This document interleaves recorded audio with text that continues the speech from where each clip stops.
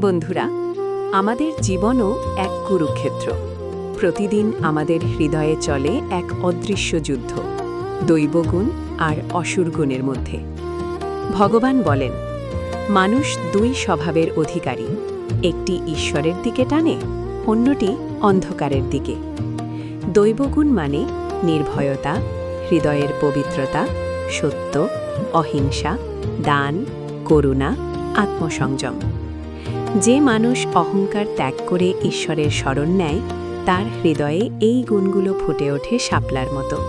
হে কৃষ্ণ, আমাদের অন্তরে দৈব গুণের দীপ জ্বালাও। আমাদের হৃদয় করো নির্মল, নম্র, প্রেমময়। অহংকার, গর্ব, রাগ, লোভ, নিষ্ঠুরতা, এই গুণগুলো আত্মাকে ভারী করে তোলে। মানুষ ভাবে আমি সর্বশক্তিমান, আর সেখানেই শুরু হয় পতন। হে প্রভু, আমাদের অহংকার ভেঙে দাও, অসুর প্রবৃত্তির শৃঙ্খল ছিন্ন করো।